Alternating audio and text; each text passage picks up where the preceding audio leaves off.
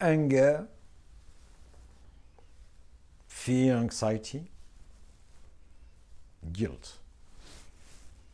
When we are taken by those layers we all carry,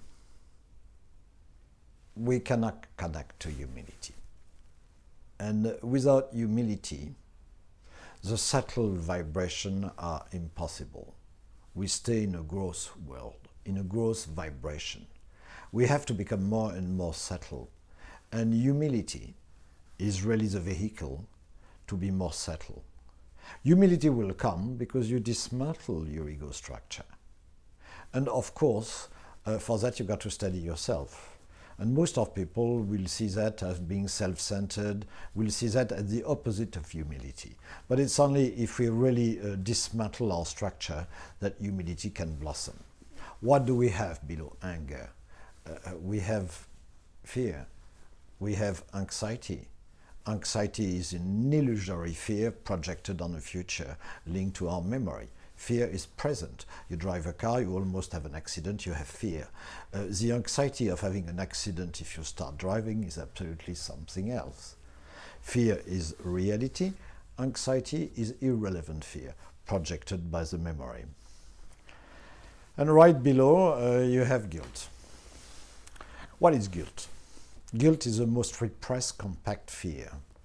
We see guilt because it comes out in a way which is irrelevant to reinforce our grabbing point, our identification when they are about to drop. But guilt is really obvious. When a soldier feels guilty on the battlefield because a friend has died, he has been shocked by the battlefield, his ego is shaken, mechanically guilt comes out. We all remember that fireman on September 11 saying, "All my friend, I died, I'm so guilty, I'm so guilty."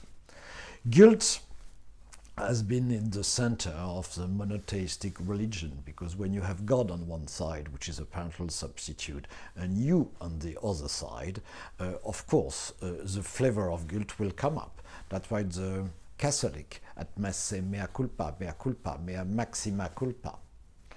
So guilt will come up in a way which is irrelevant. Remember when Jesus sees Satan.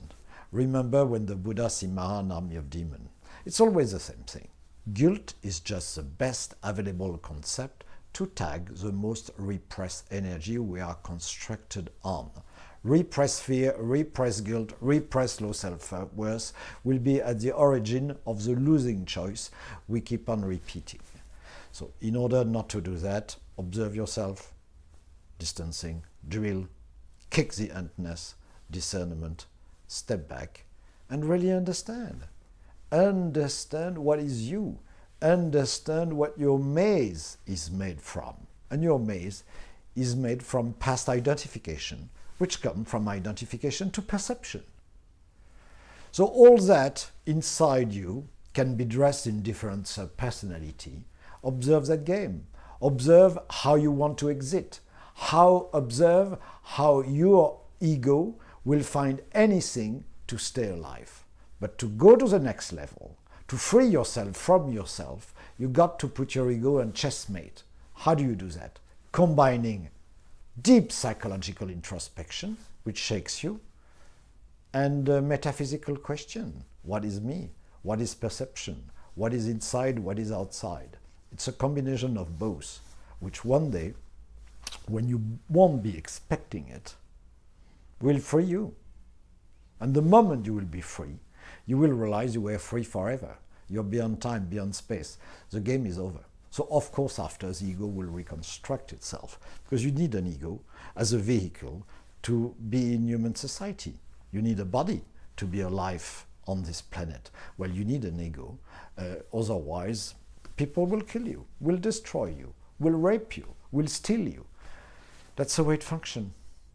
But if you see it as a game, which implies exploring yourself, you will see it's a fascinating game. You won't be taken so much by the result of the different choice you make. That's why at the end of the day, it's important to do nothing, step back and watch.